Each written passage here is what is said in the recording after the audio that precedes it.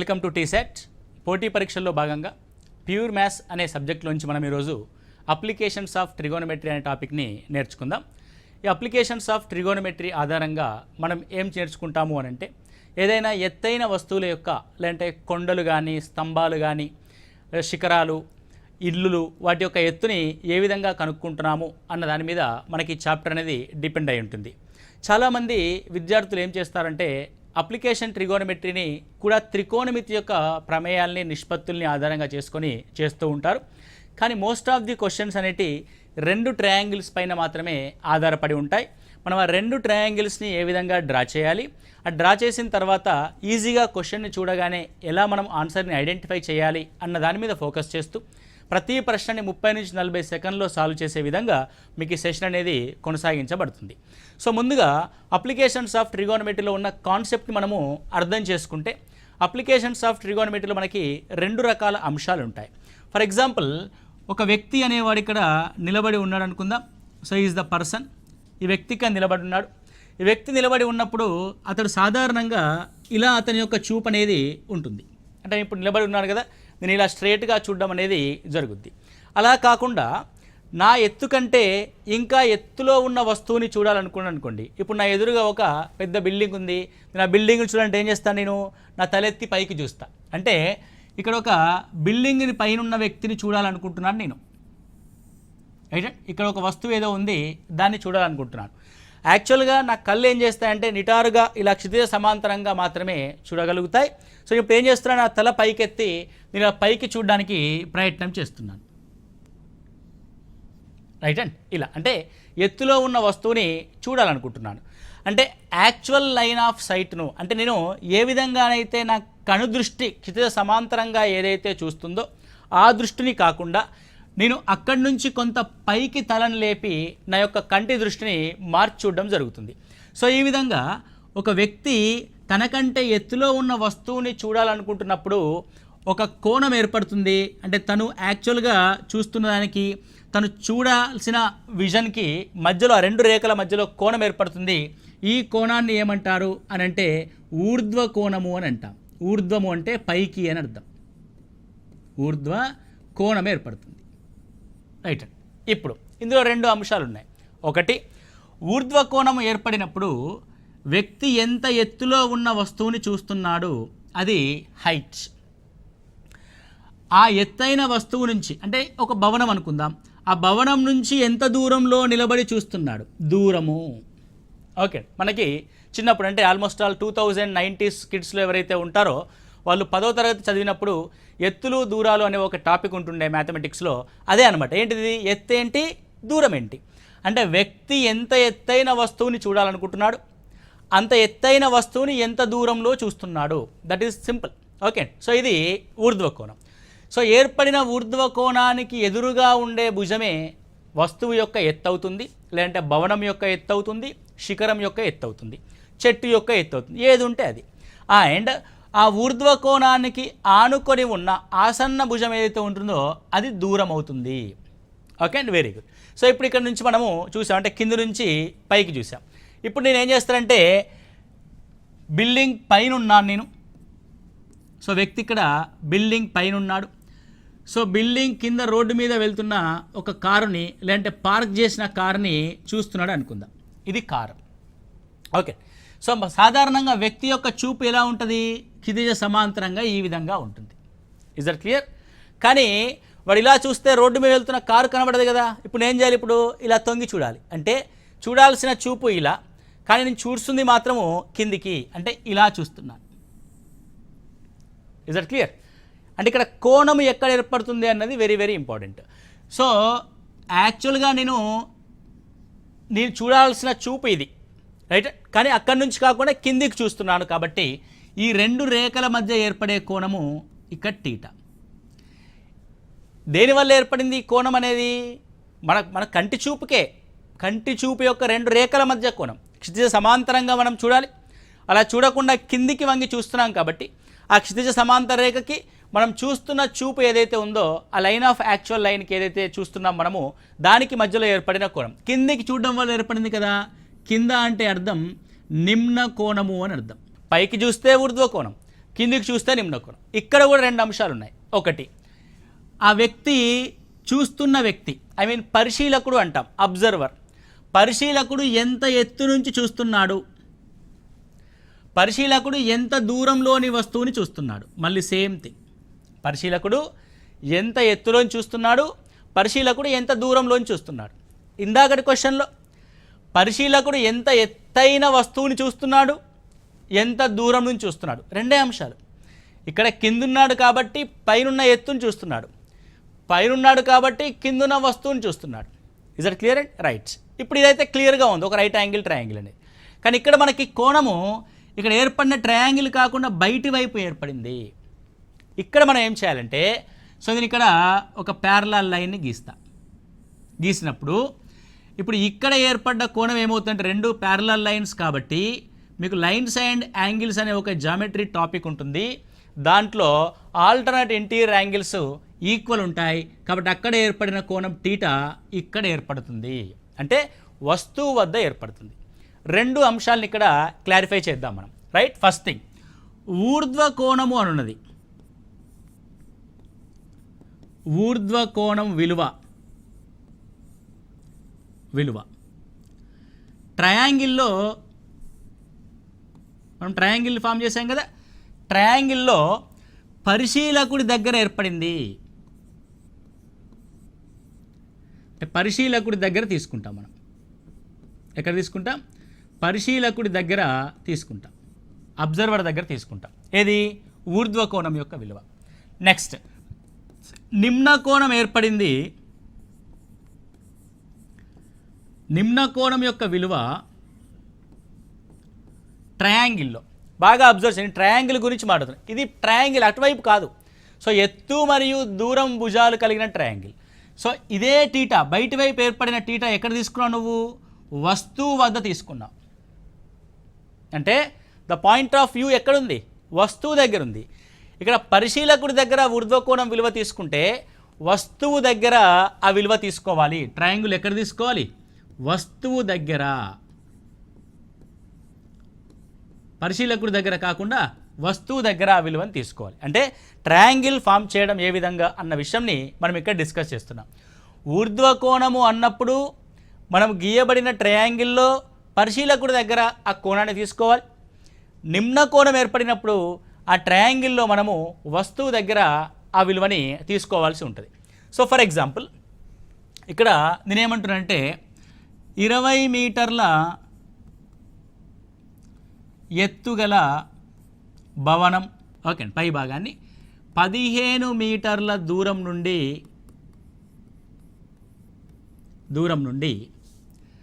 30 డిగ్రీల ఊర్ధ్వ కోణంతో పరిశీలిస్తే, లేదంటే డి దూరం నుండి అనండి, డి దూరం నుండి 30 డిగ్రీల ఊర్ధ్వ కోణంతో పరిశీలిస్తే,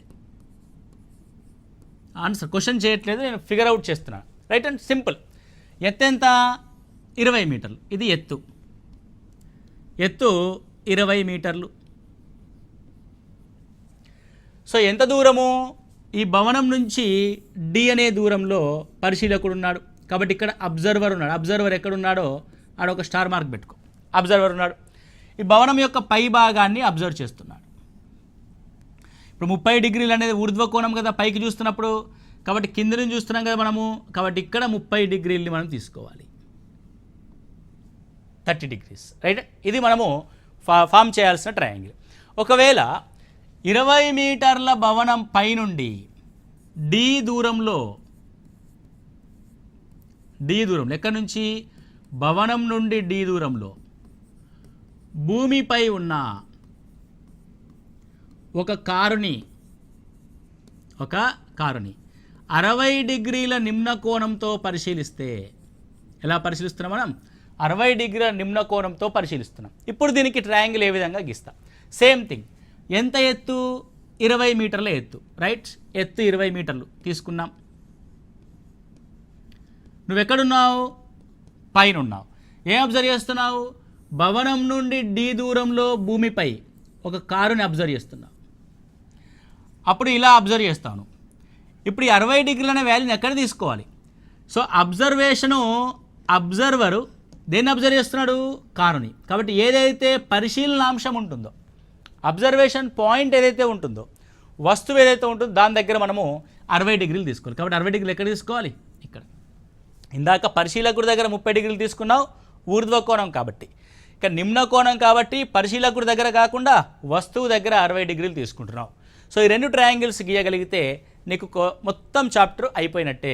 ఓకే, అంతకుమించి ఏమీ ఉండదు. Just we're going to discuss the problems.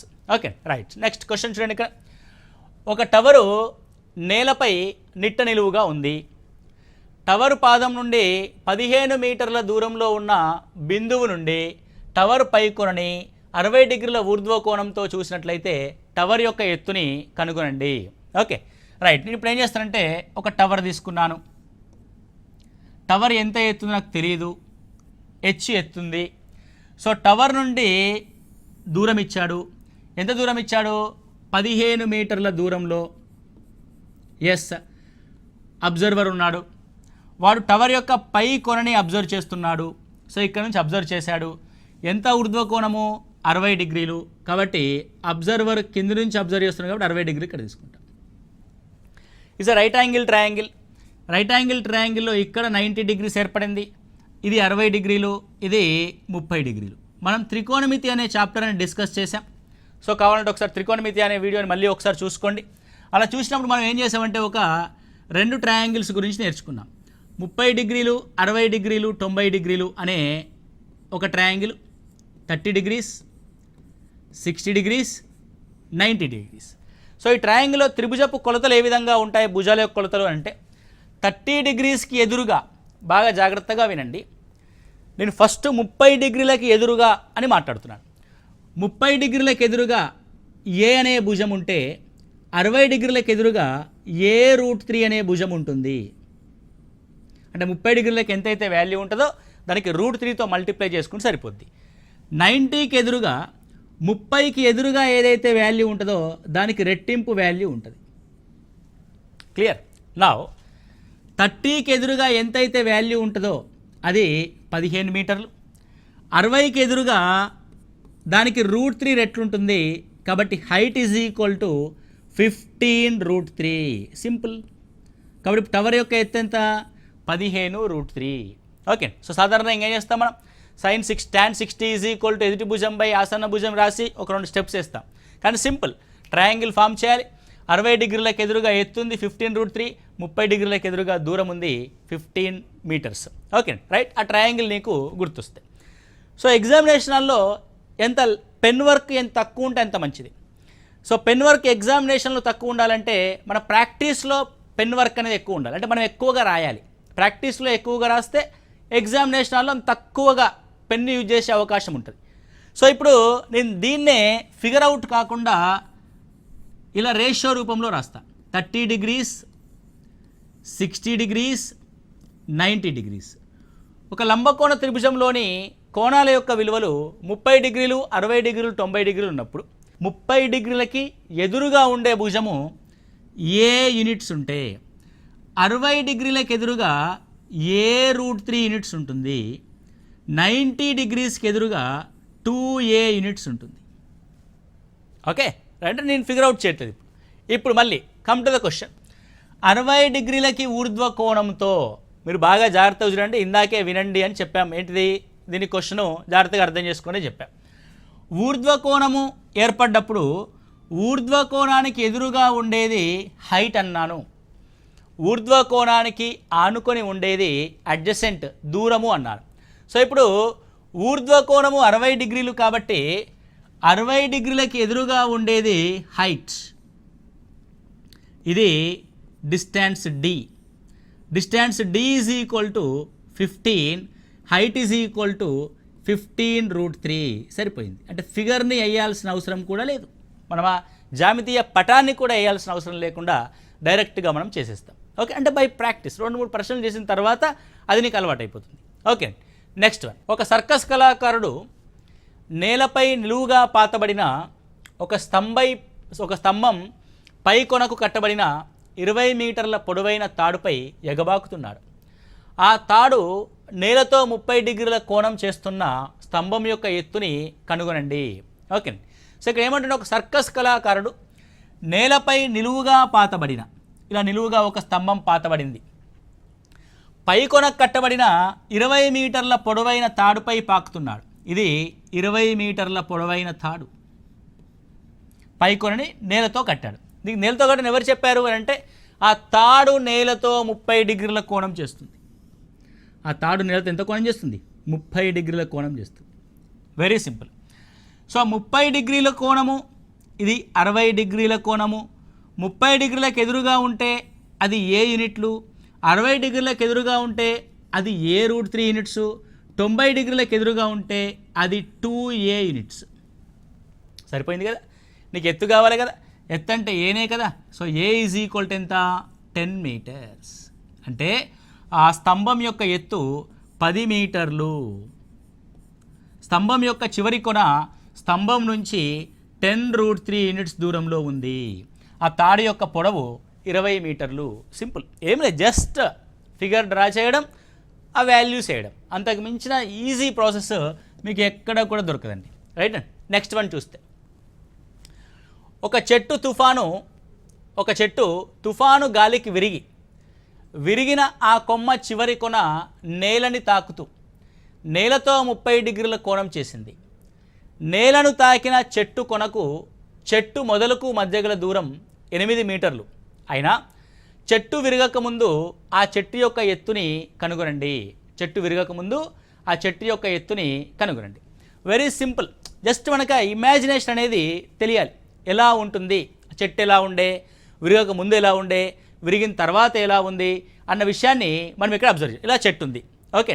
So చెట్టు యొక్క పై భాగం విరిగిందంటే ఈ విరిగిన భాగం ఇలా నేల మీదకి వచ్చేస్తుంది. కాబట్టి నేను ఏమంటానంటే ఫస్ట్ విరగక ముందు ఇది చెట్టు. తుఫానికి ఏమైందంటే ఇగో ఇంత భాగం ఉంది కదా, ఈ భాగం విరిగింది.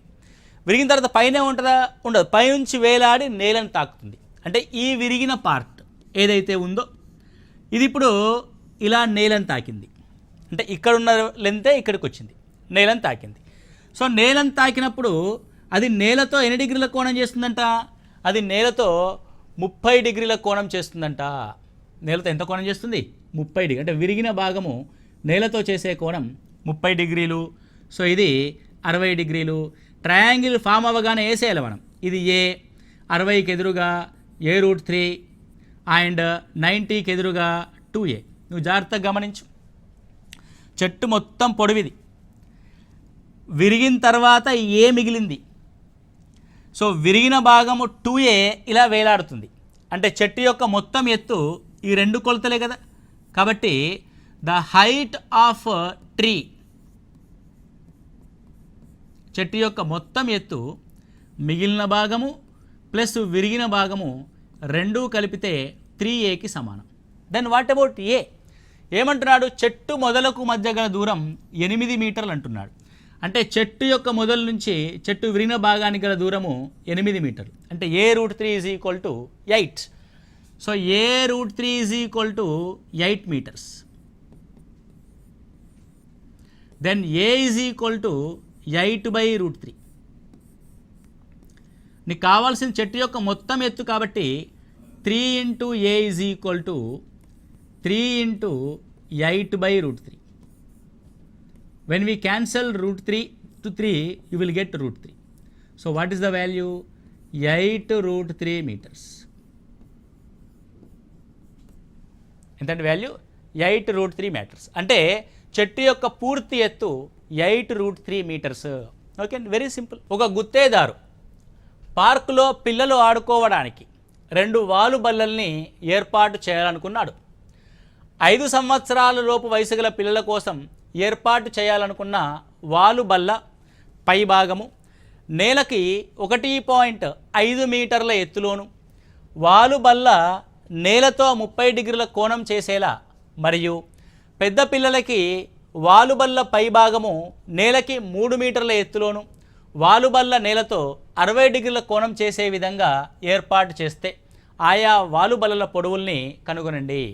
రైట్ అండి. మీకు తెలుసుగా అండి, పిల్లలు ఇట్లా జారుడు బండ ఆడతారు కదా. రైట్ అండి. అట్లాంటి 2 ఏర్పాటు చేయాలనుకుంటున్నాడు అతను. సో ఇది ఇలా ఉంటుంది జారుడు బండ, కొంత ఎత్తు అంటే మెట్లుంటాయి ఇటు, ఇది జారేది జారుడు బండ. ఇది వాలు బల్ల. ఓకే, ఫస్ట్ చిన్న పిల్లల దానికి వద్దాం. ఫస్ట్ ఫిట్ చేద్దాం. సో వాలుబల్ల ఏం చేస్తున్నాడంటే చిన్న పిల్లల యొక్క వాలుబల్ల నేలతో 30 డిగ్రీల కోణం చేస్తుందట. రైట్ అండి. 30 డిగ్రీలకు ఎదురుగా ఏ ఉంటే ఎంత ఎత్తులో ఉందా ఏ? సో ఎంత ఎత్తులో ఉంది? వాలుబల్ల పై భాగము 1.5 మీటర్ల ఎత్తులో ఉంది.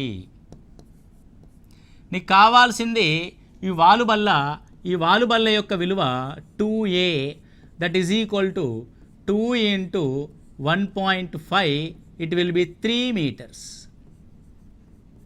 కాబట్టి చిన్నపిల్లల కోసం ఏర్పాటు చేయబడిన ఈ వాలుబల్ల యొక్క పొడవెంత?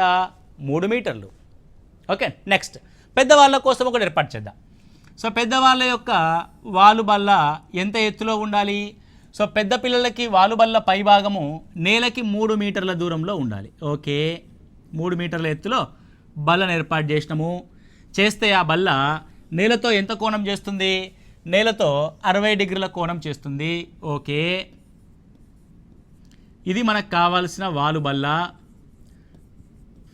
ఏది ఏమైనా ఇది 30 డిగ్రీలు.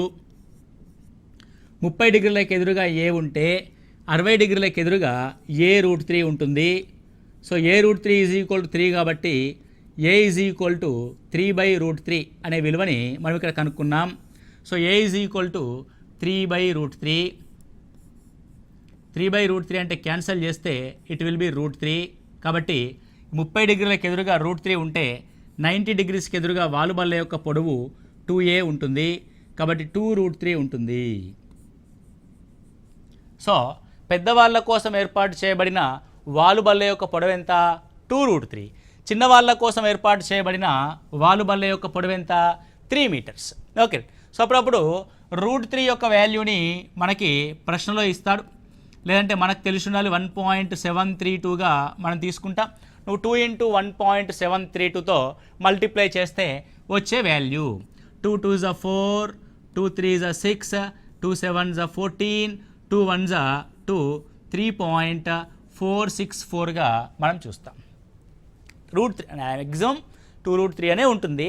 In case any of the special conditions కేసులో √3 అనేది 1.732గా తీసుకొని మనం 2 into 1.732ని మల్టిప్లై చేసుకుంటే వచ్చే వాల్యూ 3.464. సో చిన్నపిల్లల కోసం ఏర్పాటు చేయబడిన బల్ల యొక్క పొడవు ఎంత? 3 మీటర్స్. పెద్దవాళ్ళ కోసం ఏర్పాటు చేయబడిన బల్ల యొక్క పొడవు ఎంత? 3.464 మీటర్స్. నెక్స్ట్ వన్, ఒక టవర్ యొక్క పైకొన టవర్కి 30 మీటర్ల దూరంలోనున్న బిందువు నుండి 30 డిగ్రీల ఊర్ధ్వ కోణం చేస్తే టవర్ ఎత్తుని కనుగొనండి. ఒక టవర్ యొక్క పైకొన టవర్కి 30 మీటర్ల దూరంలో, ఇది టవర్. టవర్ యొక్క ఎత్తు h. ఇది దూరం. ఎన్ని మీటర్ల దూరము? 30 మీటర్ల దూరం నుండి టవర్ యొక్క పైకొన ఏం కోణం చేస్తుంది? 30 డిగ్రీల ఊర్ధ్వ కోణం చేస్తుంది. కాబట్టి 30 డిగ్రీల ఊర్ధ్వ కోణము ఇక్కడ తీసుకుంటాం. Right, clear. ఇప్పుడు టవర్ యొక్క ఎత్తు కనుక్కోవాలి. సో 30 డిగ్రీలకు ఎదురుగా ఉండే value A is equal to H. So 60 డిగ్రీలకు ఎదురుగా ఏముంటుందంటే a√3 ఉంటుంది. కాబట్టి 30 మీటర్ల యొక్క వాల్యూ a√3కి సమానం. మరి ఏ యొక్క వాల్యూ ఎంత? That is 30/√3, 3 10s, 10√3 meters. So what is the height? That height is equal to 10√3 meters. అంత సింపుల్. సో ఆ టవర్ యొక్క ఎత్తు ఎంత? టవర్ యొక్క ఎత్తు 10√3 మీటర్స్గా మనం చూస్తాము. Okay, right. Next question. So గాలిపటము నేలకి 60 మీటర్ల ఎత్తులో ఎగురుతుంది. గాలిపటంకు కట్టబడిన దారము రెండవ కొన నేలపై ఒక బిందువు వద్ద కట్టబడింది. ఆ దారం నేలతో 60 డిగ్రీల ఊర్ధ్వ కోణం చేస్తుంది. దారం వదులుగా లేదని భావించి దారం పొడవుని కనుగొనండి. ఓకే, సో ఇక్కడ ఒక కైట్ ఎగురుతూ ఉంది. రైట్ అండి. ఈ కైట్ ఇలా నిటారుగా ఎగరదు కదండి. సో ఇలా ఎగురుద్ది, ఇలా. ఇది దారం. రైట్. ఈ దారాన్ని ఏం చేశాడంటే నేల మీద ఒక మేకు పెట్టి దానికి నేలతో అటాచ్ చేశాడు, అంటే వదిలేశాడు, మనం పట్టుకోలే. ఓకే అండి. సో నేలతో ఎంత కోణం చేస్తుంది? 60 డిగ్రీల కోణం చేస్తుంది. ఇప్పుడు ఏం చేస్తానంటే ఈ గాలిపటం ఎక్కడైతే ఎగురుతుందో అక్కడ నుంచి లంబాన్ని గీస్తా. అది గాలిపటం ఎంత ఎత్తులో ఎగురుతుందో తెలిపేది. సో మనకు 30, 60 అనగానే ఐడెంటిఫైడ్ దట్ 30 degrees ఆపోజిట్లో ఏ ఉంటే 60కి ఆపోజిట్లో A√3 ఉంటుంది, 90కి ఆపోజిట్లో 2A ఉంటుంది. ఇదే మనకు కావలసిన దారం పొడవు 2A. అంటే ఏ వాల్యూ తెలిస్తే దారం యొక్క పొడవు 2A అని రాయొచ్చు. నీకేమిచ్చాడు అని అంటే గాలిపటం నేలకి 60 మీటర్ల ఎత్తులో ఎగురుతుంది. ఎంత ఎత్తులో ఎగురుతుంది? 60 మీటర్ల ఎత్తులో ఎగురుతుంది. సో A√3 = 60 మీటర్లు. సో నా √3తో క్యాన్సిల్ చేస్తే A = 20√3. ఓకే. సో 3తో క్యాన్సిల్ చేస్తే 3 20ల. సో 3 అనేది క్యాన్సిల్ అవ్వదు కాబట్టి √3 ఉంటుంది కాబట్టి √3ని అక్కడ తీసుకుంటాం. సో A = 20√3 కాబట్టి 2A = 40√3. 40√3 అంటే అప్లికేషన్స్ ఆఫ్ ట్రిగోనమెట్రీ అనే చాప్టర్ని త్రికోణమితీయ నిష్పత్తుల్ని వాడకుండా కేవలం ఒక ట్రయాంగిల్ని అర్థం చేసుకోవడం ద్వారా మనం ఆన్సర్ చేస్తూ ఉన్నాం. 30 డిగ్రీలకు ఎదురుగా ఉన్న వాల్యూ ఏముంటుంది, 60 డిగ్రీలకు ఎదురుగా ఉన్న వాల్యూ ఏముంటుంది, 90 డిగ్రీస్కి ఎదురుగా ఉన్న వాల్యూ ఏముంటుంది. ప్రశ్నలో ఇచ్చిన విలువేంటి, అడుగుతున్న విలువేంటి అన్నదాన్ని ఆధారంగా చేసుకొని మనం ప్రశ్నల్ని సాల్వ్ చేస్తూ వస్తున్నాం. ఓకే, ఇది అప్లికేషన్స్ ఆఫ్ ట్రిగోనమెట్రీలో ఊర్ధ్వ కోణానికి సంబంధించిన ప్రశ్నలు.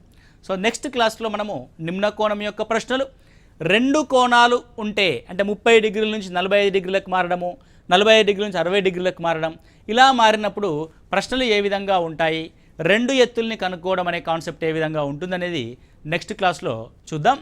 Thank you. All the best.